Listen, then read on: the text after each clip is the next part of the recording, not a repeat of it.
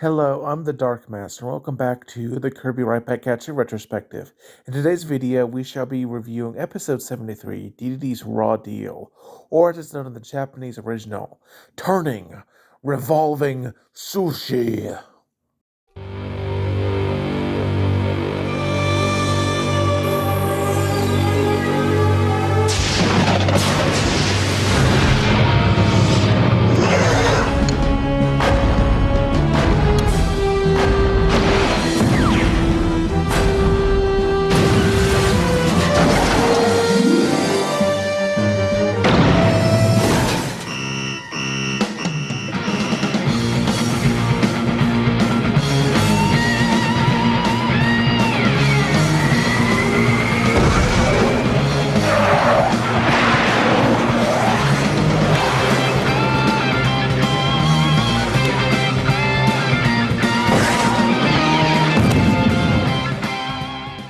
Alright, so this episode was originally released in Japan on March 8th, 2003 as the 73rd episode, while the English dub done by the infamous 4Kids was released on September 25th, 2004, also as the 73rd episode.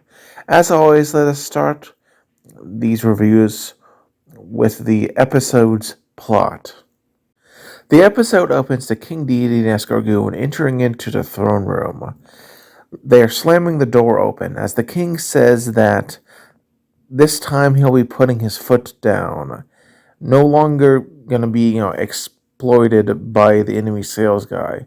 Escargoon warns him not to step in anything, as the king then calls up the enemy sales guy, who, much to their and his shock, turns out to be on his lunch break. The enemy sales guy apologizes for being on said lunch break. The king sarcastically asks who'd eat raw fish. This offends the enemy sales guy, who says that sushi is a great delicacy. The king is a bit embarrassed and claims that he was only joking about not knowing what sushi is. The sales guy goes along with this and explains that revolving sushi is very popular, much to the shock of the two culturally illiterate goobers. He says every place has it, though it's, no surprise that Capitan doesn't have one due to being in the boondocks. The king, having enough, says that he wants one. The sales guy warns him that it's very expensive, but the king ignores this and says that he wants one. So then cut to the jazzy intro. After the jazzy intro, we cut to the king having his limousine parked in front of Kawasaki's restaurant, as we see the first change between versions. In the Japanese original, the blue flags on his restaurant have kanji on them.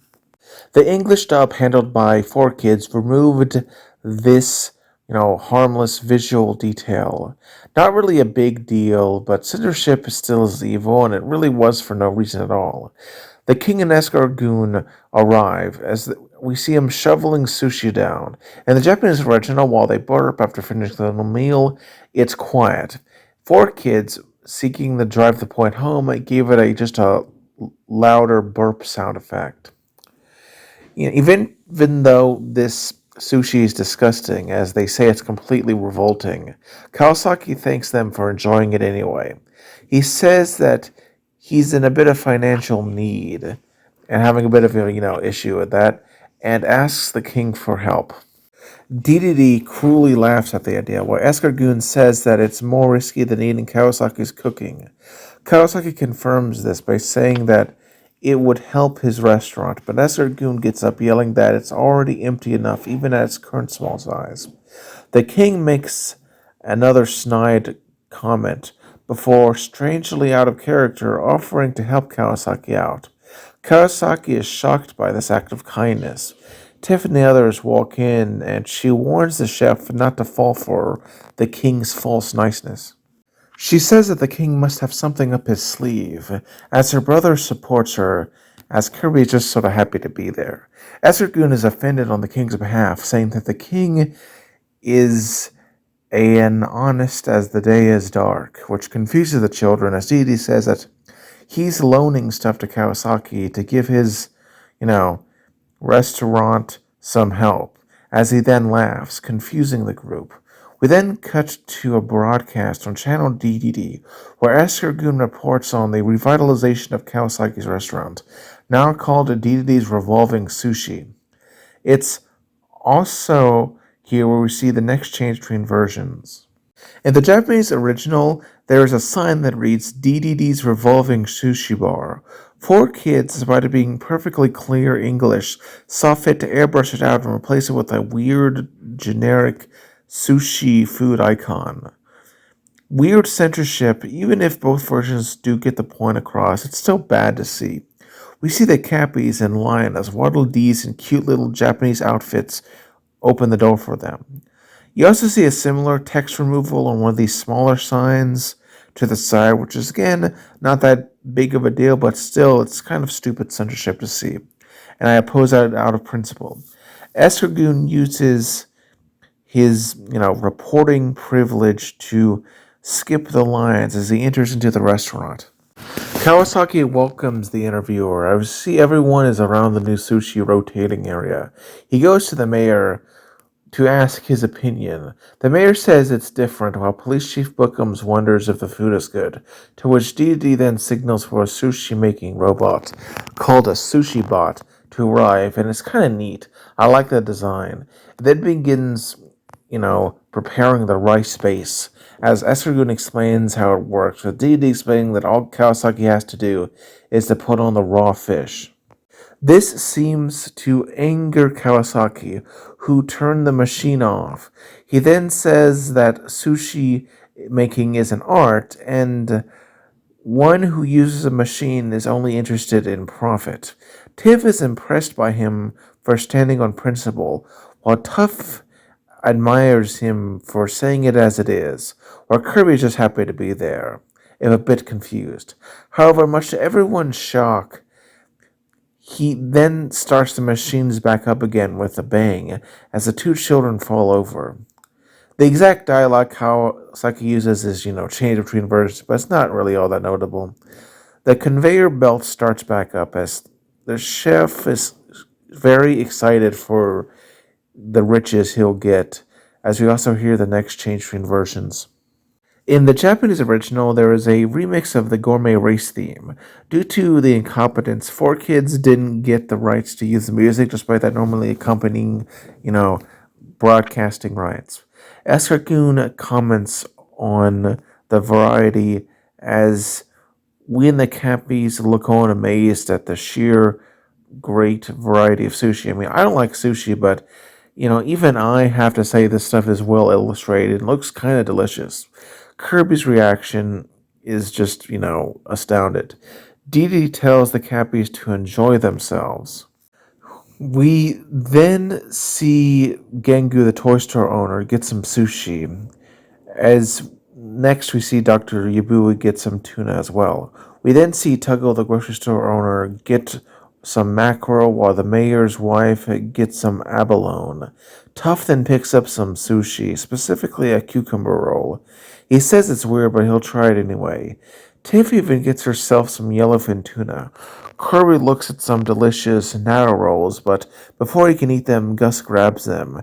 His explanation for doing so is where we see the next change between versions.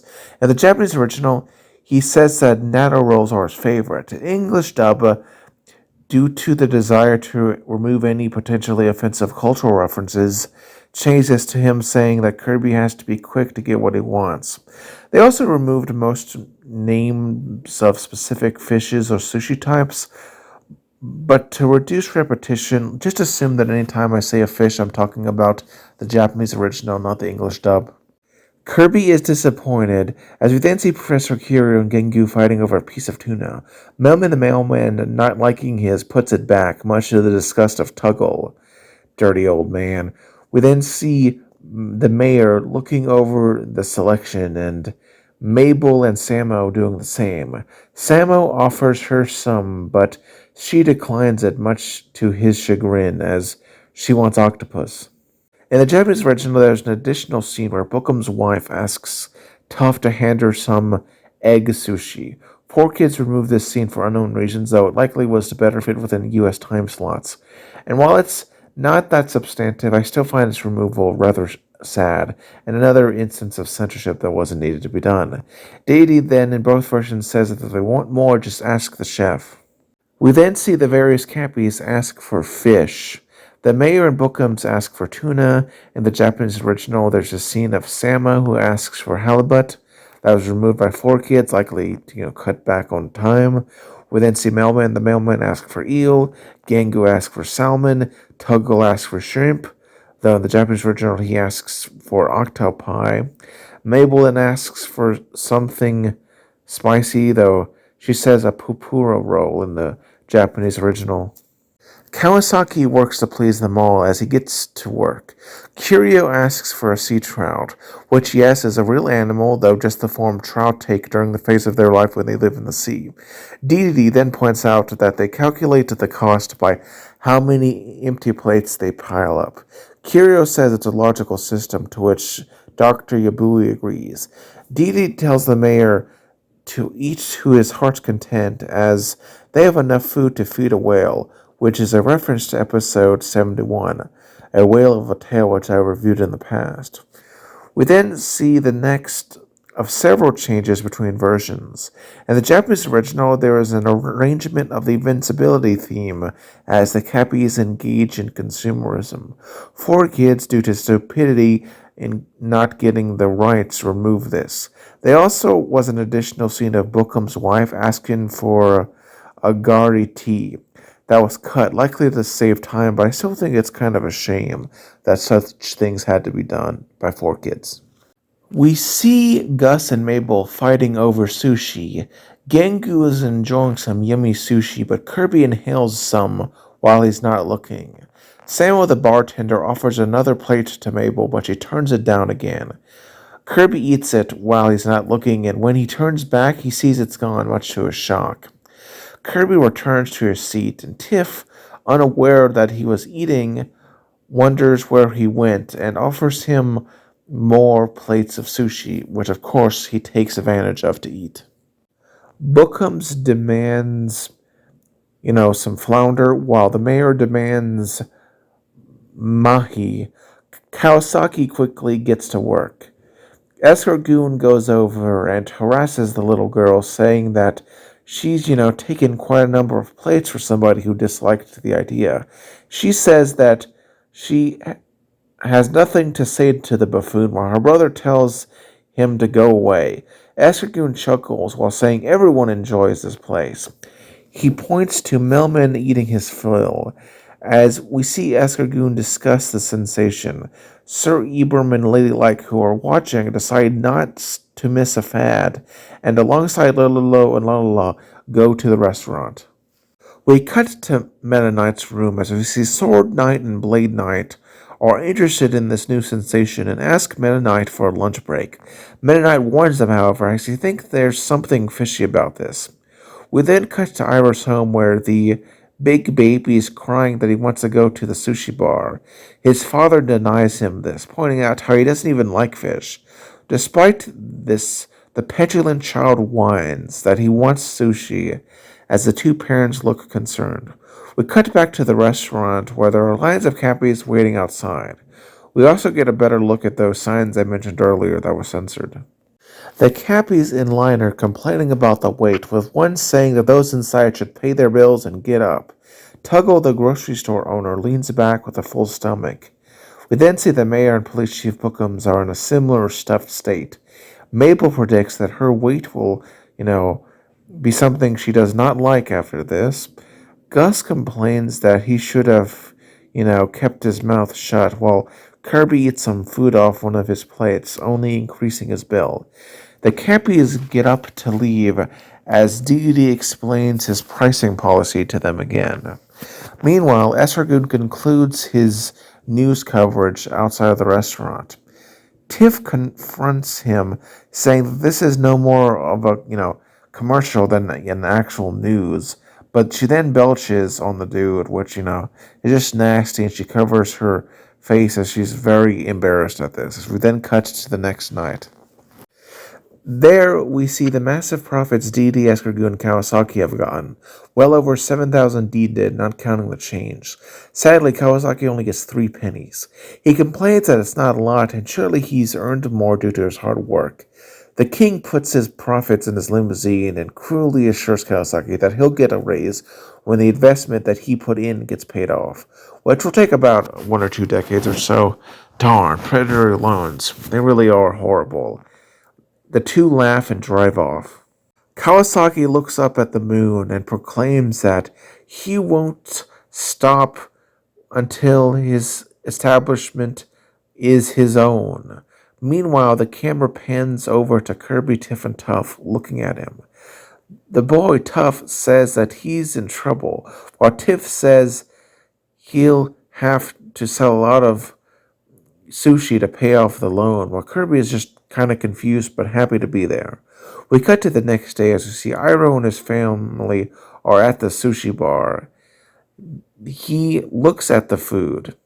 In the Japanese original, there is a short additional scene of Iroh getting scolded by his father as he pointed at something that was too expensive, that being a salmon roll, which Iroh then changes to him getting a cucumber roll. 4Kids removed this for reasons I'm not entirely sure of.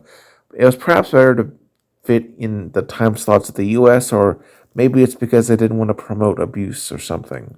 I think its removal is a shame, as it does kind of weaken how the Cappy's habits have changed dramatically as the excitement wears off. Spikehead's mother reminds the kids to only get one dish, as they can't afford more. Honey and Spikehead said it's hard to choose just one. Kawasaki laments that the business is slowing down, as he can't keep the sushi rotating forever.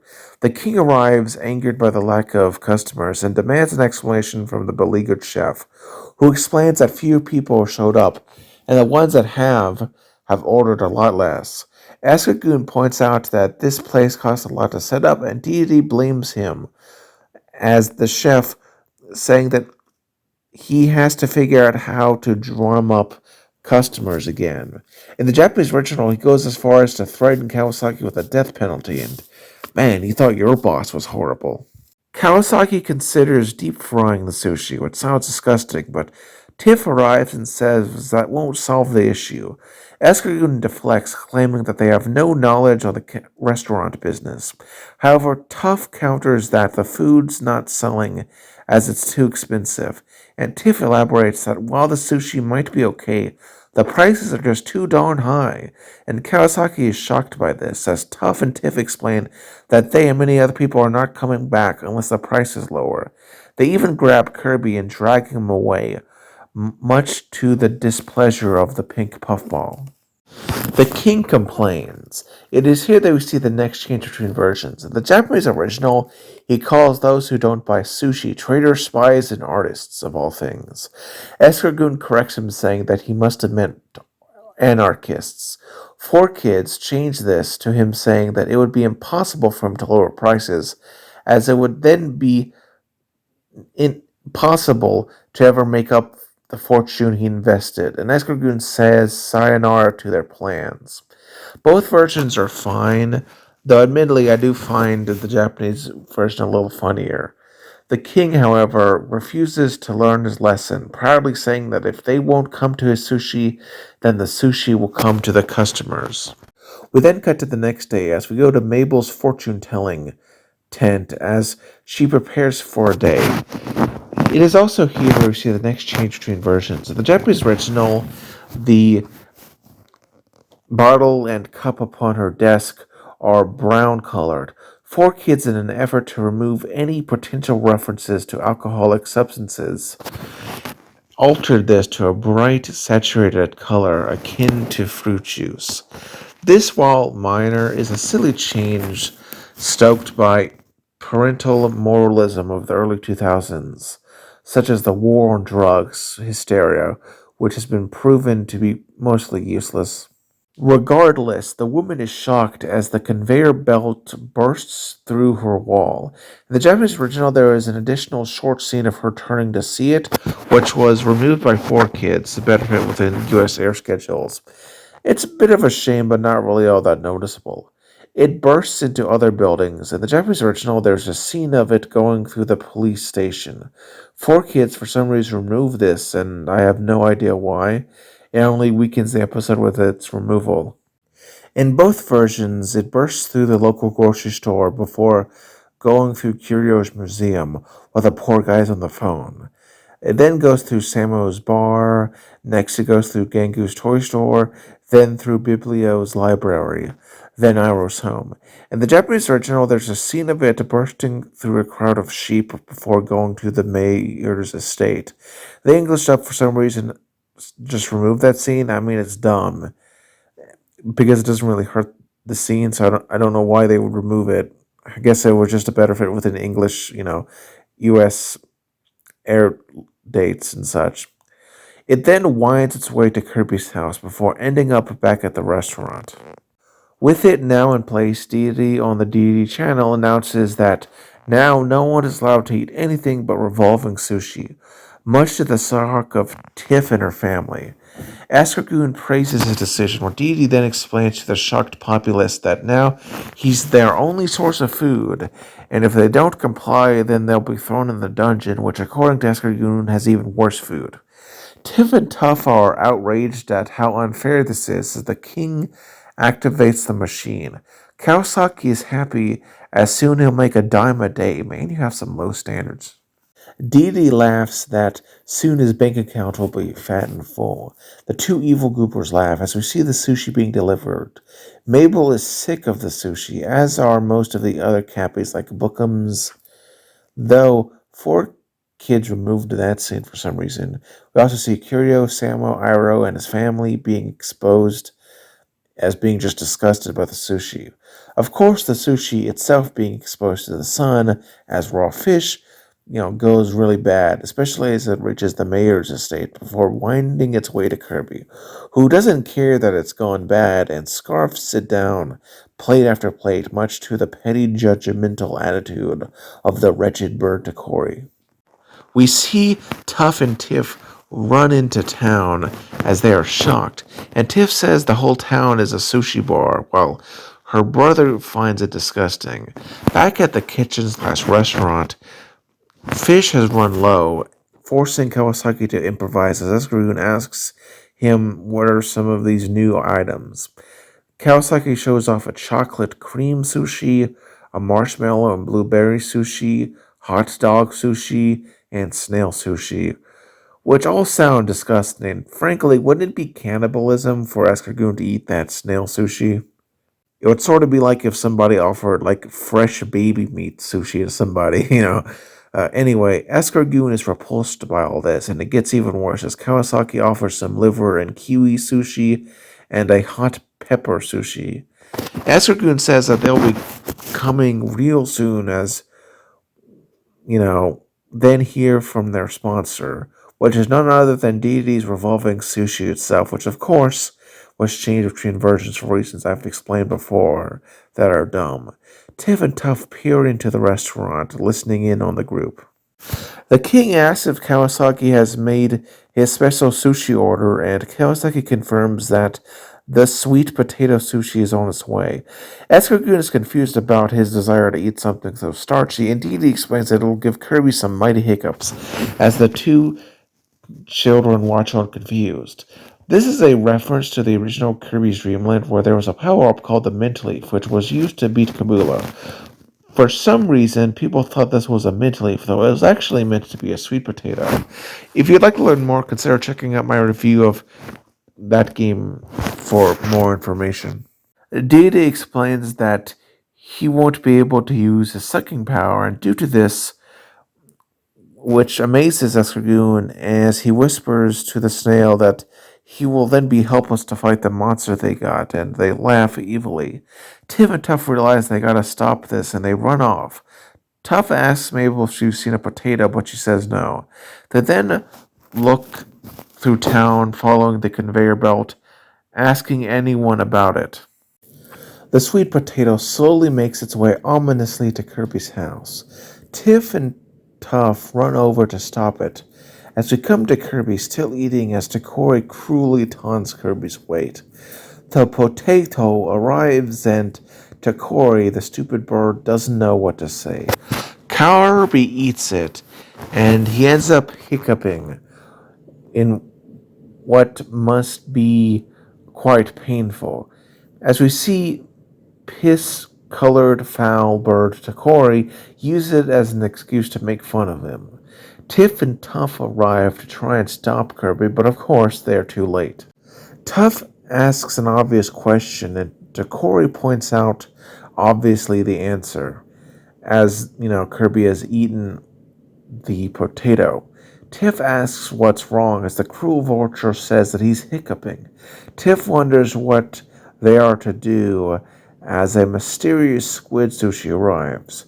Kirby tries to inhale it but hiccups. It almost gets away, but sadly Kirby grabs it foolishly, causes him to hiccup on it.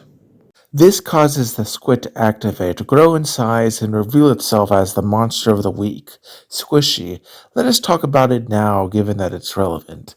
Squishy is in fact an enemy from the games, dating all the way back to the original Kirby's Dream Land. In terms of its design, the appearance here is much larger than in the games, and thus is a lot more impactful, especially thanks to the yellow eyes. Even if the lack of a voice actor in the English dub makes it a little less impactful. In the Japanese original, it actually does speak, mostly in squid-based puns, but sadly, whoever voiced Squishy is uncredited, so I don't know who to thank, but whoever you are, I think you did a fine job, and it's a shame that it was removed by 4Kids. Tiff and Tuff are shocked, as in both versions, Squishy slaps the absolute crud out of the hiccuping baby. He then slams him into a limousine, which the king has shown up in to watch the baby suffer. Ya Dedede chuckles while Escargoon makes a cephalopod arm pun. Tiff cheers Kirby on. He tries to suck up the Squishy, but a hiccup prevents him as Squishy then pushes him back. The king and Escargoon laugh as the girl wonders how they can get Kirby to stop hiccuping. In a rare bout of genuine helpfulness, Takori suggests scaring them out of Kirby. Tiff agrees, but then Tuff asks what could be scarier than a monster, which stuns Tiff, who doesn't really have an answer. Squishy wraps its tentacles firmly around Kirby, and of course, being the monster he is, slams him down to the ground. It then juggles Kirby like a ball. Takori flees while Tiff and Tuff try to figure out how to scare Kirby. Tiff firmly grasps her brother and asks what can scare him. Meanwhile, Squishy holds up the knocked out puffball and, under orders from Ya Dedede, summons electricity, which it then uses to shock Kirby to ashes. As he is released to the ground, Ya Dedede says he's cooked like barbecue, which Escargoon says serves him right after all the times they've been burned as a result of Kirby's actions. This poor choice of wording gives Tiff an idea, as Tuff asks what it is, to which Tiff yells at Kirby that if he doesn't get rid of those hiccups, he'll never eat again, which scares Kirby and causes his hiccups to go away. The two kids cheer Kirby on, who starts sucking, and Squishy shoots out an electric blast that Kirby inhales to become...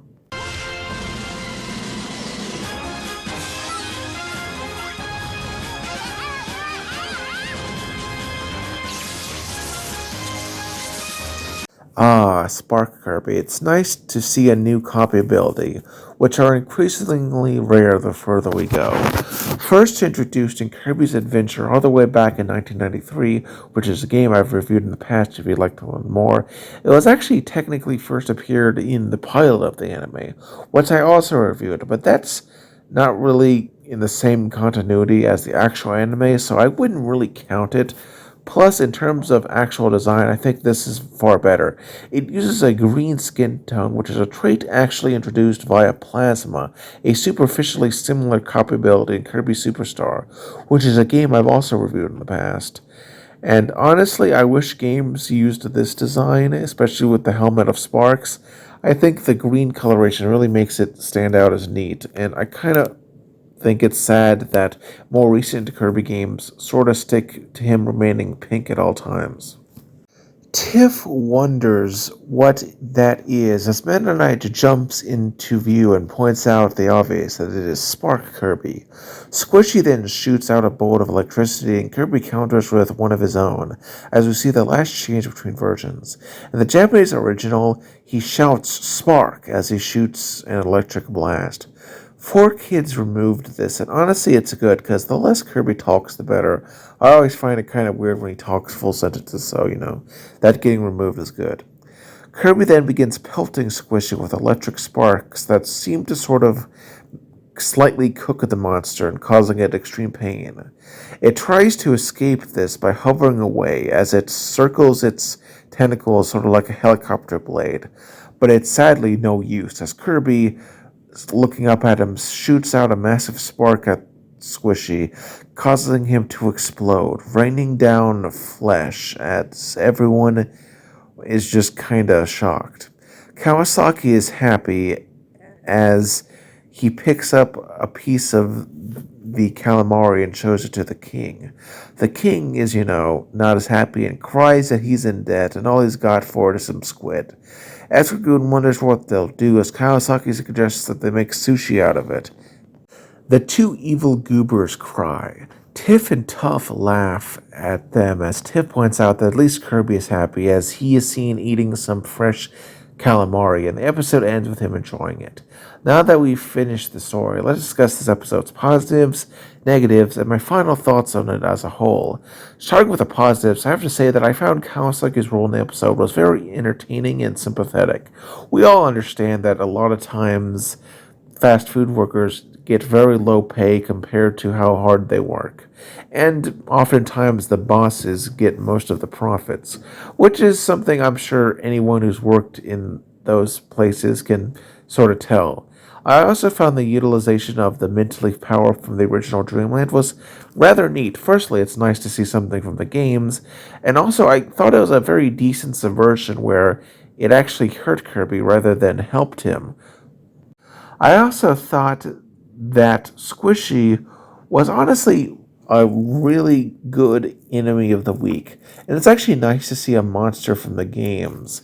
And while, yes, its design isn't one-to-one with the design of the games outside of its, base form, the alterations I felt were justified and made it a genuinely much greater threat because, in game, squishies are the same size as Kirby and it wouldn't really be all that intimidating. And they warranted a copy ability. Speaking of that, the new copy ability introduced in this episode, Spark, was just astounding. It's always neat to see a new copy ability, especially later on. And, green is my favorite color, so I might be a little biased there. But I kind of wish that this appearance would be used in the games. But sadly, I don't think that's likely to happen. And it does stand out from the other abilities in anime due to the usage of the color green. You could say it's quite shocking. This episode's plot and themes centered heavily around sushi, as well as the concept of a revolving sushi bar, both of which are heavily tied to Japanese culture to the extent that not even 4Kids could fully remove it.